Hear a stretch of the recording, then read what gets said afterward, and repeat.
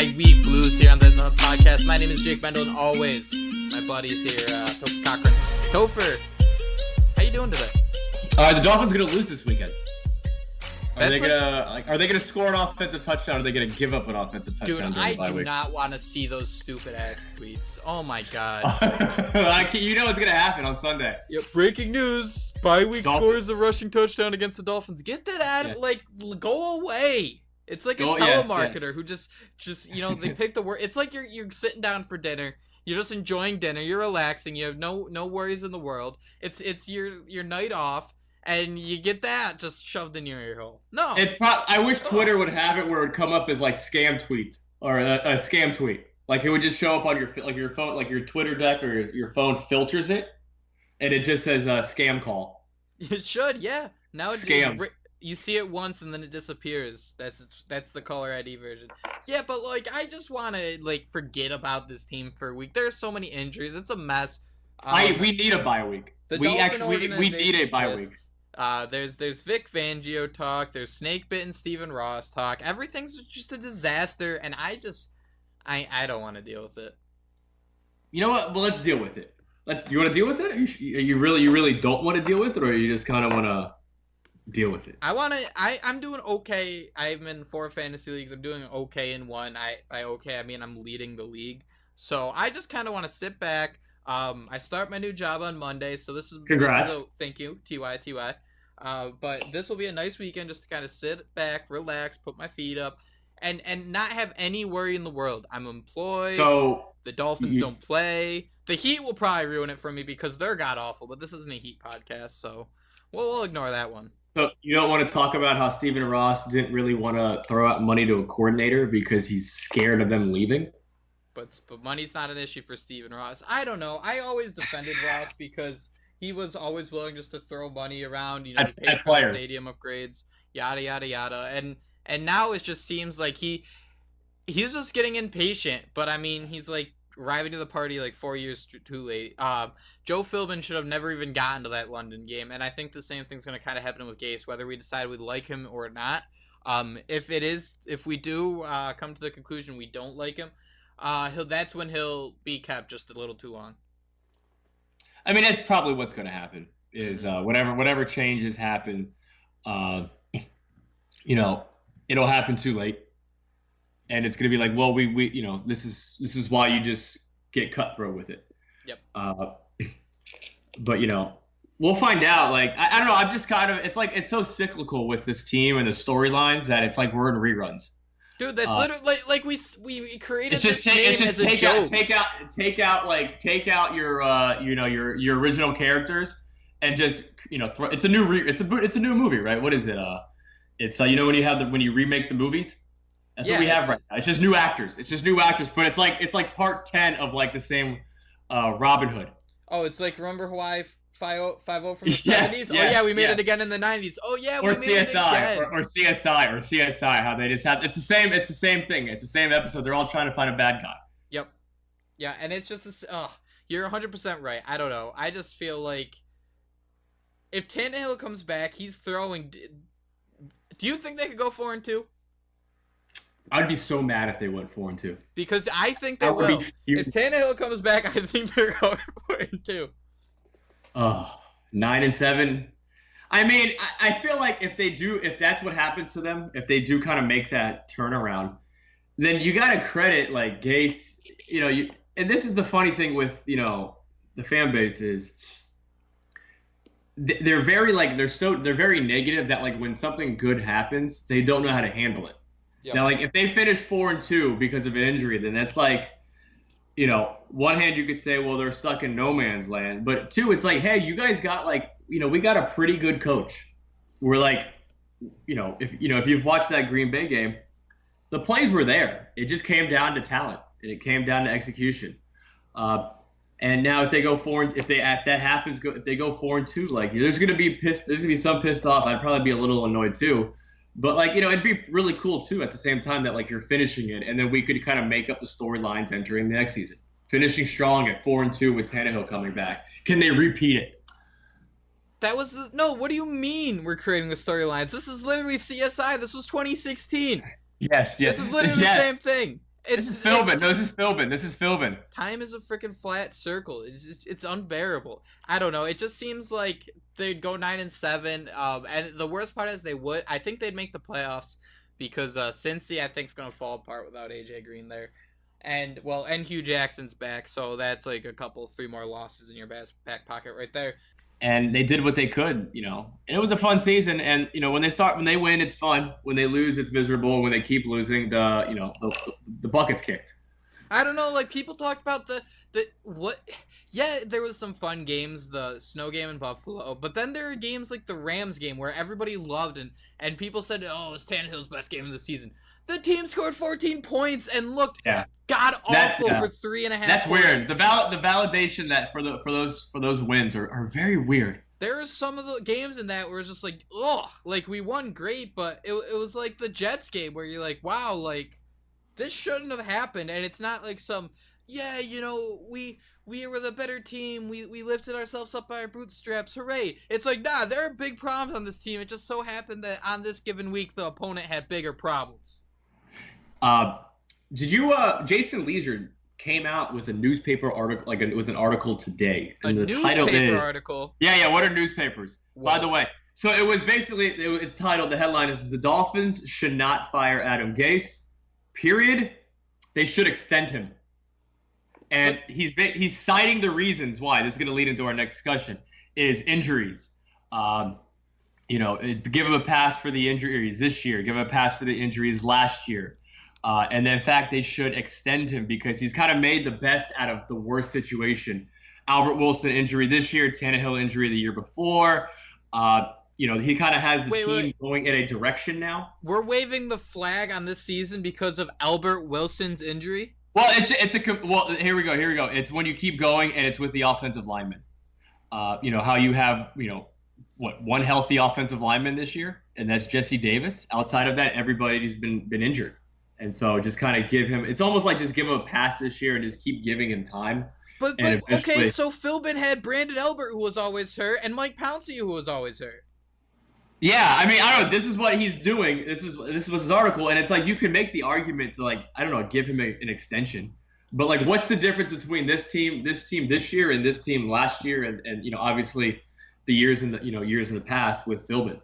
Well, we've trusted Gase to pick his quarterback as the QB guru. Everyone on this roster was his choice, from Cutler to Tannehill to David Fales. It's like Brandon Doughty, why he lasted on this team for so long, why the team... Oh, he's Milton. He's Milton from Office Space. They fired him one time, and he just kept showing up. Exactly. Yeah, he needed his stapler back. Yes, and he just finally walked out. But, it's one of those things where, he has Osweiler, and Osweiler, was almost did the Rams trade a pick for him? Trade a second round pick to get rid of him or something like that? Browns. The Browns. No, the Browns got a second round pick from because they took on that horrible contract. The Texans. But teams were trying to get rid of Osweiler, and he comes to Miami for basically paying him seashells and sand dollars, and now he I don't know if he's serviceable, but he looks like he's a backup quarterback in the league, But at the end of the day, I don't know. I'm not even. He's better than what we imagined. I think what we imagined was just interceptions all over the place, and he's put Brock Osweiler in the position. He's put Tannehill in the position to not play like crap. But he still does sometimes. And let me kind of lay this out first. I'm not for firing Adam Gase. I'm just so tired of the same excuses where we try to sugarcoat if this didn't happen, this doesn't happen. Yes, but that happens on every team. We need someone who can, show up and be like, all right, these issues we have, but we're still going to go do this, X, Y, and Z. No excuses. And yes, all right, no team deals with hurricanes or having to fire coaches mid-season for reasons that happen off the field. But it just seems like it's every time there's the excuse. It's no, there are massive weaknesses on this team. There are massive questions around Adam Gase, and we can't just ignore them. We can't sit here and think Adam Gase is a great coach because he hasn't necessarily proven he's a bad coach. Sure, that maybe the injuries and everything like that can kind of defend him from that, but we cannot sit here and say he's a good coach. What's he good at? That's kind of what we talked about last episode. I don't know. Because is it scheming? Is it adjusting?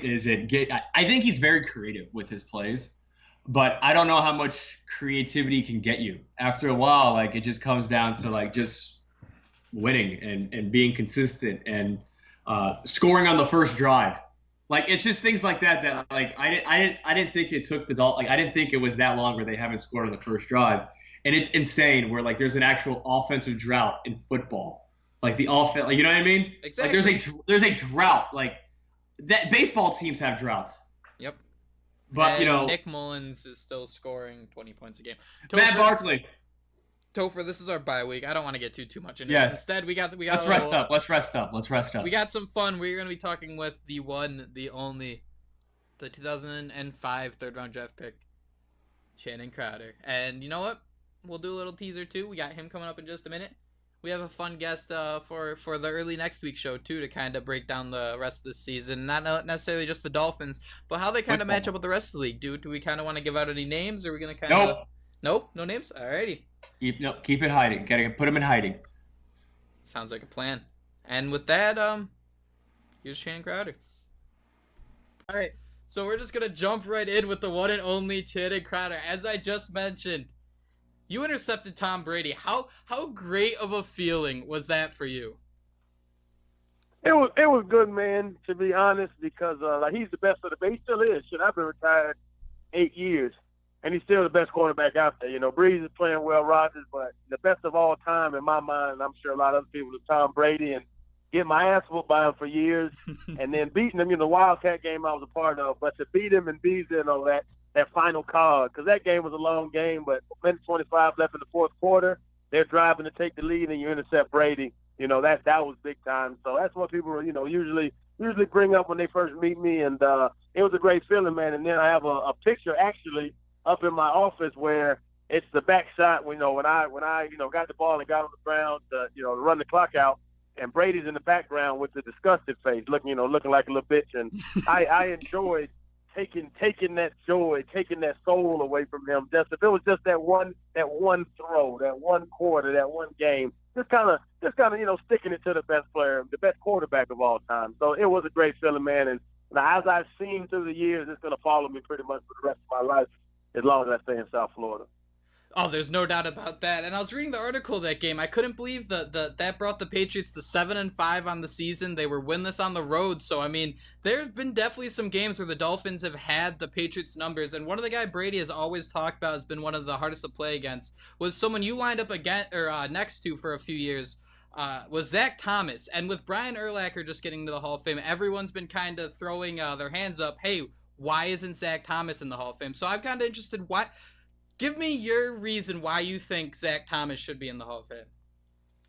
Man, go look at all the numbers. If you're a numbers person, you're analytics now, and I know a lot of these young bastards nowadays, all y'all millennials love the analytics numbers of it. Go look at tackles. Go look at interceptions. Go look at, you know, all those numbers. With interceptions and all, he isn't up there with Urlacher, but they ran that Tampa 2 thing, man. Urlacher was a safety in college, so his numbers are bigger than that, man. But Zach dominated the league.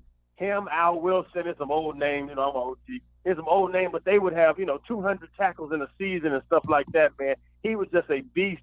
Zach Thomas was not an inch over 5'9". The motherfucker played about 220 max. He was a little dude, but he was the hardest hitter. I was during plays, I'm scraping across the top from the backside, and I hear what sounds like a gunshot. And I come around the corner, and Clinton Portis is laying there shaking with his eyes rolling the back of his head. Zach Thomas is laying right next to him, shaking with his eyes rolling the back of his head, and it's a fumble laying there between the two of them. Like, he was what he did with his body. He was the most amazing thing in the world. And I think people look at that and say, oh, well, you know, oh, yeah, he with what he had, he did well. But fuck what he had. He just did well, man. That man was a multi-time, 6-7-time Pro Bowler. I put a lot of my career on him because he would come to the line and just look at guys' knuckles, look at the fullback's left foot, look at the fullback's eyes, see if number 86 was off the ball or on the ball, and would know exactly where the ball was going. He was a student of the game. He would remember offensive coordinators' play calls out of 2 tight ends when they were on other teams. This guy for the Lions, he was the OC of San Diego in '96. I know his 2 tight end offense. Like, he was a real student of the game. But past that, that little sumbitch balled, man. I'm talking about he must have stole. I had, whatever, 500-600 tackles, whatever it is. He stole 100 tackles from me in 3 years because of how good he was, how quick he was, just off the spot, the studying. And if you want to go numbers, if you want to go his success, you got to look at it and say he's a Hall of Famer. I think what's hurting him, and it didn't hurt JT because JT was Defensive Player of the Year. JT was top 5 in sacks of all time. But they weren't successful. You had Marino with no defense back in the day, and then Jimmy comes in and gets JT, gets Zach, Sam, Pat, Sammy Knight. I used to play video games with those guys when I was younger. He brought that defense in, and they started balling on defense, and then we couldn't find their goddamn quarterback to get the offense going again.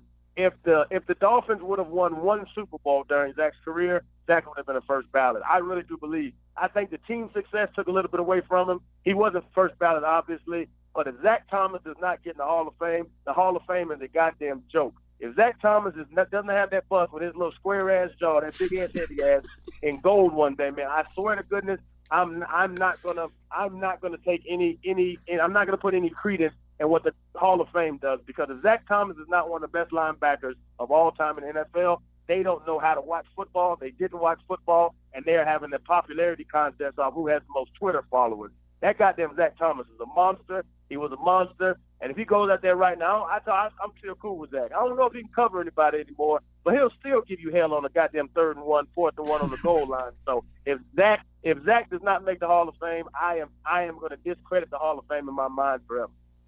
You just discussing Zach Thomas, that's the era I grew up with the Dolphins. It's Jason Taylor, it's Zach Thomas, it's Sam Madison, Surtain, it's watching you. What has changed with this team? Because you kind of talked about glory days, with just studs all over the field. What has changed from the organization? Is it obviously it's the general manager, the head coach. What needs to happen for it to get back to that? Really, man, it's bigger. You don't want to say Mike Tannenbaum now, Chris Greer. You want to go to Dennis Hickey. You want to go back to Rick Smith or whatever dude up there in Minnesota. It was just so many years of not hitting on. What was Zach, 5th rounder? Yep. Yeah. JT was a 3rd rounder. That, man, we're talking about fucking Michael Egnew's going in the 3rd round. You know what I'm saying? Charles Harris, who, he's a good kid, but he's not even playing right now. He hurt his calf. He's been out for a month and a half. They're missing on these guys. Think about all the names you just said. Drafted Pat, drafted Sam, drafted JT, drafted and they acquire guys that kind of supplement those picks. Whether it's free agency, Sammy Knight, they sign him in free agency. They sign Say at the tail end, and outside of that, it's it just hasn't worked. And I don't know what. It's just frustrating to watch and see it year in and year out. Oh no, man! And then even not to even say about my draft class 05 with Ronnie and Matt Brawl. He was in the league for 6-7 years. Ronnie played 10. I started for 6 years for the Dolphins. Travis Daniels, there was drafts, bro, where 4 or 5 guys were coming in and playing, 6, 7, 8, 9, 10-year careers, and now they're drafting guys that are just disappearing. Mm-hmm. And that's what you do. To your point, you cannot build a team through free agency, especially big money free agents, like the Mike Wallace edition, highest paid receiver in the league and does nothing. You can't build a team that way. You add a little piece, you add an Ndamukong Suh when you have a Zach that you already drafted, a JT, a Sam, a Pat, and then you bring in Sue, and it makes the defense amazing. Trace Armstrong, Wale Ogunleye, you were added pieces to it and just took them over the edge. There's no base. If you look at this team right now, man, what's the base? What's the guys that are going to be a year in and year out balling? I would say maybe Cam Wake. Cam Wake's 36 years old. Cam Wake has 3-4 sacks on the year. Mm-hmm. He can't be your future at that age. And what are you doing to replace him? Charles Harris, it doesn't seem like right now he's that guy. You try to go get Robert Quinn. Robert Quinn looks like he's a little washed. He got a little old now. It's just, man, the groceries and the chef. The grocery side is struggling, but you also had to talk about the fucking chefs they've had around here. Joe Philbin, and I played Tony Sperano, Cam Cameron, some guys I even played for back then, going to giving the Dan Campbell and coming around the thing. Those chefs, and if you look at what happened with even like a Mike Sherman and a Bill Lazor and all these guys, when they leave here, they usually get demoted. Mike Sherman was in high school. Yep. He went from Texas A&M to the Dolphins to coach a high school. I'm a high school coach. Me and Mike Sherman were on the same level at times. and now he's in Canada. So you look at the decisions they've made with the coaching staff, and I always say, if you get fired, your next move shows me how good you were at your job. And everybody that leaves the Dolphins, if y'all can prove me wrong and you know a name, let me know. There is nobody that left the Dolphins that went and upgraded. Todd Bowles is the only one I can think of that went and got a job that he played under me. Vance Joseph. But Vance is about to get his ass fired, bro. You're right. He's on the hot seat. Like, that's my thing, man, where there's been so many mistakes made in the coaching staff, the chef side, and also the grocery side. And that's honestly the epitome of a struggling team. A coach has to figure out what to do and what to maximize in his player pool. Has to know how to make these players play to the top of their ability. But what if the top of their ability isn't NFL, Pro Bowl level, isn't playoff level? So you're maximizing a Devontae Parker. You're maximizing some of these guys, but their max is decent. We got to get some Zach Thomas max, some Jason Taylor max, some Sam Madison maxes. And I think big picture, that's what's going on. The groceries that they're buying haven't been what it was back in those glory days, as you call it. But then the chefs recently, man, from when I played all the way through, Nick Saban, a great college coach, amazing college coach, he wasn't ready for this shit. But to my initial point of where did he go when he left the Miami Dolphins head coach, he went back to college. And that is a demotion in my mind. So you just look at that, both sides. So you don't have a settled coach. You don't have a chef that's cooking up nothing nice. But you're giving the chef goddamn asparagus and lemons. You can't make no fucking lamb chops if you don't have no lamb. And we haven't had no lamb in a while. So that chef can't do it. It's a big – everybody wants to say Tannehill. We have to find a quarterback. Man, we're playing right now with 5 backup linemen. Our leading rusher is 36 years old. He's 16. We're all excited about Frank Gore, and I love Frank. I played against Frank at UM and played against Frank a number of times in the league. Frank Gore, he's 16th in the league rushing. Gurley and Zeke and Connor up in Pittsburgh and Kareem Hunt. Like, you just look at those guys, you're like, why don't we have any of those guys? Why don't we have any of those top players? And it's the grocery buyers and then the chef, and both sides are offset, and that goes right up to the top. Stephen Ross is trying. I really do like Stephen Ross because he puts his money where his mouth is. He'll spend his money. He'll try to, add pieces, do what he can, but he doesn't know football like that. So he's trying, but it's a bigger picture than just saying Tannehill didn't work out. Tannehill didn't work out, but it's way bigger than that. Why do you think they're not using a player like Kenyon Drake?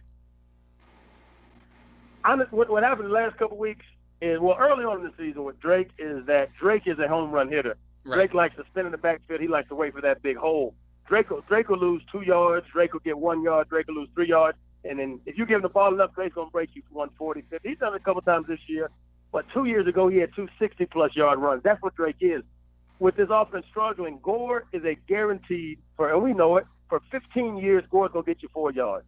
And that's why they reverted back to that early in the season. Now, recently what's happened, if you've noticed, and we'll see, after the bye week if they do adjust it, they've run out of receivers with Albert Wilson going down, all the injuries, and Hakeem Grant not being there, and Kenny Stills being dinged up. Devontae Parker's always he's been hurt his whole life.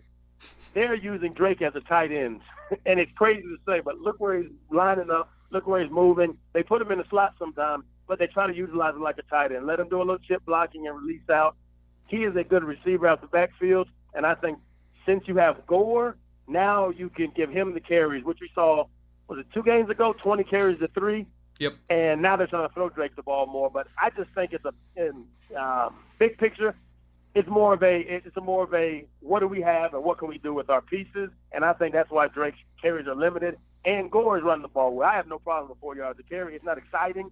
Just get to 2nd and 6. Okay, now get to 3rd and 2. Nobody wants to hear that shit in 2018 football. But it works. You see some lesser offensive teams doing that, and I think that's where we're going. As you've seen since Brock been in, we are not scoring over 23 points. Brock ain't going to get you more than 23 points, and that's what that offense looks like. We're not getting to 30, 40, 50. We can't do it. We're not that team. And I think Gase is doing the best job he can to try to manifest some offensive points, some offensive production with guys out of position. And to be honest, a struggling offensive line, and I don't see any Pro Bowlers this year on the offense. If I'm missing somebody, let me know. But I don't see not one person going to Hawaii this year offensively for us.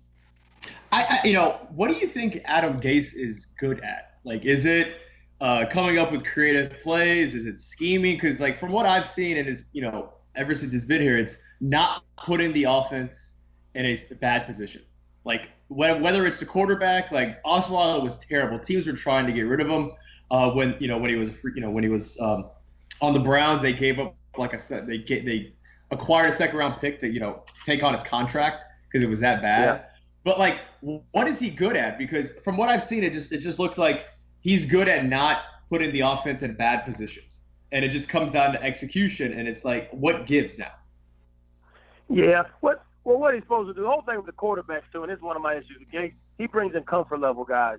He knows Brock. He knew Brock from Denver. He knew Cutler from Chicago. Remember when he put that? What was that? Mike Anderson when he put the 3 years, $18 million deal to him in Denver. CJ Anderson. Those are like, he's a comfort level guy, and that's what gets to be about him, man. Get outside of your comfort zone and go get some guys. What Adam Gase does well is he calls a West Coast style of offense that people don't like. It is what Walsh did it with the 49ers back in the day. Steve Young, Joe Montana. They'll take those shots, but they were a dink and dunk team. Get the ball in hand real quick. Let's keep the clock moving, keep everybody going. And if he had the weapons, which we saw when he had Peyton in Denver, even an old-ass Peyton, he can make it happen. Brock Osweiler. And Brock did decent out there. But when he has to make something happen, like you're saying, figure something out. Those hand sweeps and those jet sweeps, the Raider game, the Chicago game, the trick plays, the double passes, he can set those up. We've seen them. We've seen, 5 or 6 trick plays go for touchdowns this year. You can't live off that. So is he good at that? Yeah, he can figure out, this backside linebacker is going to overflow if we throw it to a screen. So now we can double pass it back to Kenyon Drake streaking down the sideline. Yes, that's okay. You can't run an offense through that. And that's where he's struggling. I don't think he knows what to do if he doesn't have horses. He's struggling not to have those horses. And it's a lot of that going down in South Florida right now. But like I said, man, I don't know who our horses are. Like, people always want to say our running back room is so great. Our running back room is Drake, who doesn't get carries anymore, and Frank Gore, who's number 16 in rushing in the league. That is the epitome of mediocre in rushing when there's 32 teams. 16 is dead fucking in the middle. So it's where good coaches, like, everybody wants to give him McVay all this credit. McVay. Cooper Kupp, Brandon Cook, Todd Gurley, Jared Goff. They rebuilt their line before they got there. They had a couple good linemen. He calls a good offense, but he has some horses. I think Gase is struggling without having any horses, without having the Emmanuel Sanders and the Demaryius Thomases and the another Julius Thomas. Julius Thomas was a monster in Denver. He's at Nova right now. He's at Nova. We got him when he was old. Old as hell. He's starting to be some fucking brain surgeon or something. And that's the thing. I'll tell you this, if Gase has dogs, if you put Gase on a team, if you give Gase the Rams offense, Gase can score you 40, 50 points. But if you give Gase the Dolphin offense, he's going to give you 20 points. And I think that's where you can't say he's a great coordinator because of the fact that he can't overcome talent deficiencies at certain levels. And it's tough for a lot of coaches, but I know coaches that could. I guarantee, and there are coaches out there, and Andy Reid, that can have this team scoring a lot more points than Adam Gase. We haven't scored a touchdown in 9 quarters. We haven't scored a touchdown. We haven't had a passing touchdown in 3 games. We haven't scored a touchdown in 9 quarters. I know there's coaches out there that could take this asparagus and lemon slices and find a way to make the damn lamb chop. I agree. So, if you say you're the GM of the Miami Dolphins, who would you be what position would you be looking at? Obviously, where you draft is so important. What would you be looking for as the biggest need? We need a young player. We need that lamb. Fix. Who's that guy you're taking round 1 to give you that good grocery? Like, what's that position you want to go towards? It got to be a quarterback, man. And I know, like you're saying, it's hard to find one at 17. It's hard to find one at 12. If you want to trade into the top 10, utilize some of your picks. You got to get a quarterback, man. Herbert, who is that? Oregon's quarterback. They have Will Greer, who left Florida, now he's balling at West Virginia. Finley from North Carolina State, I believe his name is. The damn boy, Tuilaova. We can wait him out or some shit. Like, you have to go get that top guy. That's where football is going. Look at all the top teams. Look at teams that are doing something right now. Teams that are projected to win the Super Bowl or projected to go to the playoffs. I hate it. I'm old school, bro. I love the 2002 Bucks with Brad Johnson's old big ass. I love 2000 Ravens with Trent Dilfer. I love 13-10 games when I was a kid. The NFL is away from that. I've had to realize it's not going that way. You got to have somebody throwing that damn biscuit. You got to have somebody behind that center. So when you look at it, I would bring in a Teddy Bridgewater type, one of these established backup guys that don't really have a spot, a Teddy Bridgewater type.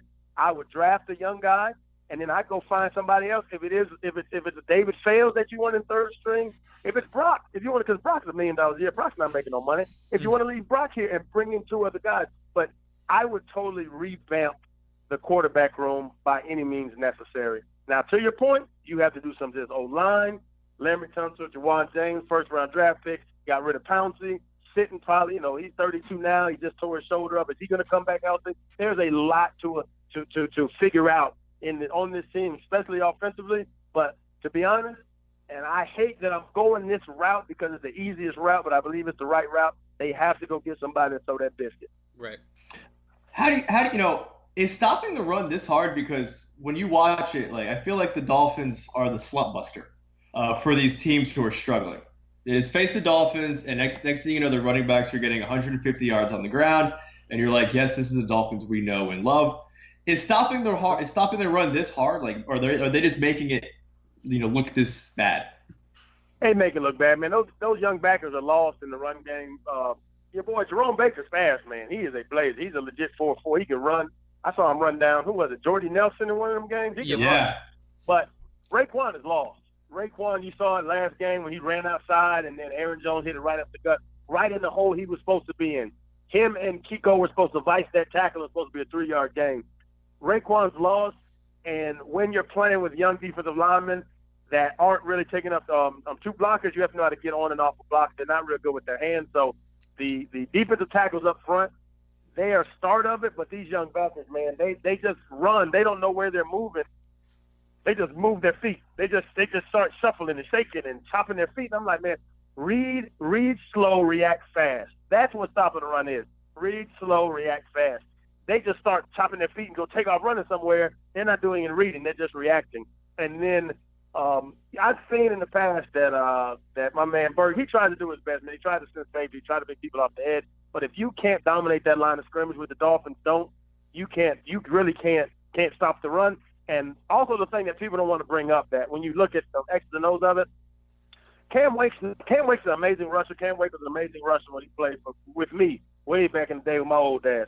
Cam Wake couldn't stop the run then, and when you get older, you don't get better at stopping the run the older you get, because now you have to fight a tackle and get off and hit a back, hit a pulling guard, and make a tackle. You don't get older and better at stopping the run. Our edges aren't set. People hit the edges on us all the time. They get around the edge and get the hell on. Chicago is getting the hell on around the edge. So you can't – just think about this. You have a front seven. You have DNs, D tackles, and linebackers. Your DNs aren't stout. Your inside guys are young, and they can't eat up double team. And your backers don't read the run right, and they don't know exactly where their gaps are. They don't know the spill and squeeze. They don't know the concept of what the defense is trying to do. So your backers are struggling, your D tackles are struggling, and your D ends aren't stout. That is like you're saying, why does it look so easy to run the ball against the Dolphins? Because that's the problem.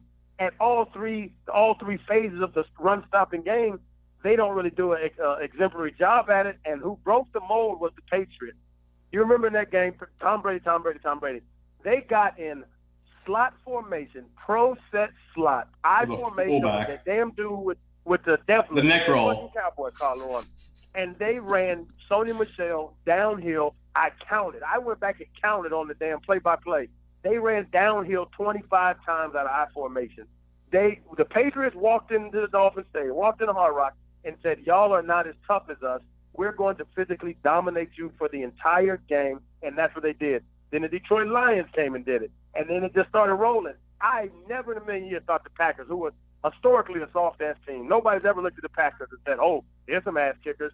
They came out and started pounding the ball, and I was like, you know what? The mold is broke. The code, the secret is out. The NFL knows right now the Dolphins front seven cannot stop the run. We can load the box up. We can do whatever we want. We are not stout enough. We are not talented enough, and we are not especially linebacker-wise. I don't know if it's coached up or if they're listening or if they're watching film to stop the run. And for the remainder of the year, we're 5-5 right now. We got 6 more games left. All 6 of those teams are going to run the ball 20-plus times and say, hey, have y'all fixed this yet? And I personally cannot say that it's been addressed. After the bye week, I don't know what you do. You brought in Ziggy Hood. You brought in Sylvester Williams. They were both in the street 10 weeks into the season. I don't know how successful they can be at stopping the run, but you're trying to do things. I would say for the rest of these 6 weeks, I don't know if it's going to upset you, it's going to continue to be like it is. There's going to be teams going out, getting 6-7 yards a pop on us, and they're going to break along with every single game. You're 100% right, Ed. We'll kind of end on this one here because you mentioned Raekwon, and as a linebacker yourself, you mentioned how you got to read slowly and react quickly. And we'll say he's a rookie, but unlike him, Baker's shown flashes. He's had games, the pick 6. He's had a game with 2 sacks. Should we be concerned about McMillan? And if not, how's the development process go for a linebacker? What do we see year 2, and then even year 3? What should we be looking for development in his case? Honestly, with a linebacker, it's a feet work in the reaction time, but also with his hands. Like in the league, in college. I didn't touch linemen 90% of the time. I just ran away from them. They were fat, slow, they're stumbling. Now, I was in the SEC too, but they just weren't. They weren't a damn Vernon Carey. You know what I'm saying? They weren't when I came. Just the guys I played against when I got in the league. They weren't that. They were just big, stumbling fat boys. In the league, they know their job, and you'll put a little move on them. And I remember Steve Hutchinson was a guard from the Vikings. He came up to me. He was like, hey, that little head fake is not going to work today, but Rook. And we played him early. He's like, Rook, that little head fake you do is not going to work. And I went and head faked him. He head faked me back and then grabbed me and dumped me on my fucking head. And that's that's like the concept of getting in the league where you have to understand these linemen are going to hit you. You have to flatten their shoulders out and you have to get off of them. You have to work your hands. You have to work your legs. You have to power through them. When they come and hit you, don't wait for them to come find you. Go hit them, get off, and go make a play. His feet work is not good. He moves them not too much. And his getting on and off of blocks. Kiko struggles with it, but he's getting a little better. Kiko's just a smaller guy. Jerome Baker and Kiko are glorified safeties. They're not built like backers. They're not big dudes. Raekwon's the biggest one out of them. The development of Raekwon, I will see it when I see him back up a little bit. Don't get all excited to get on the line and go find out, I need to get in the hole. Go where the running back's going. Don't just go get in your gap. If your gap's the B gap, know where your B gap is, be in that area, and see if anything else breaks down. If you're already lined up in the B gap, if he comes in the B gap, you'll tackle him. Look across, see what's going on. Read your defensive tackles. If they play fast and get across people's face, you slow down. If they get hooked and they're playing slow, you got to play fast. It's really just studying film, understanding the concept of defense, understand what the guys in front of you are supposed to do. He's supposed to be in the A gap, but if this guard comes down on him, he might get displaced over to the other A gap. Let me play fast because we have this big B gap on the bubble side. Like there are concepts, and Zach Thomas taught it to me. We talked about him earlier. There are concepts in football where the offense is going to go this way. If you're strong right, load it up to the right, Sam to the right, big ass defensive end to the right. He had big Keith Traylor and Kevin Carter to the right. If I'm an offensive coordinator, I'm going to run to the left. I'm not running towards all this damn muscle and meat over here. I'm going to run over there. So just know where your weakness is and be able to adjust to it. Feet work, getting on and off a block, and the bigger thing, and it's more mental than anything, because physically they're both fast. Raekwon's fast enough. He's not fast as Jerome and Kiko, but he's fast enough.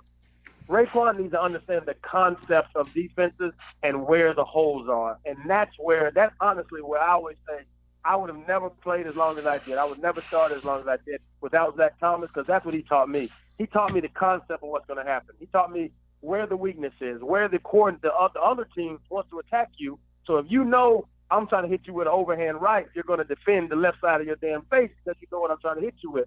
I don't think Raekwon reads the other team well enough to know where the weakness is and to understand the concept of what this defense is trying to make them do.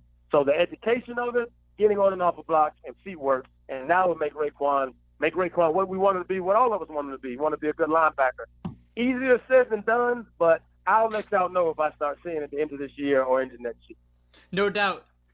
Channing Crowder, this has been a fantastic interview. We would love to have you back sometime. You are just spewing knowledge, and it's hilarious, and it is great to get this sort of insight on the Dolphins.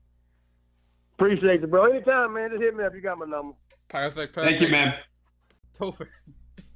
The Dolphins won't disappoint on their bye week. I know we talked about how that's kind of the lame thing to say, but there's no way this show disappointed. That was some great Zach Thomas talk. It's always fun to make fun of Tom Brady. Channing Crowder's a great guy. Where are you going to be able to find this podcast? You can find this podcast if you go on iTunes, just type in the Hunt or type in the Miami Dolphins, and you'll actually see us on there. You can find us on Twitter you can find me on Twitter at Cock108, Jake at JMendel94, and our actual Twitter account is at MIA in the Hunt. Subscribe to us. You can also listen to us on Spotify, YouTube, apparently for some strange reason.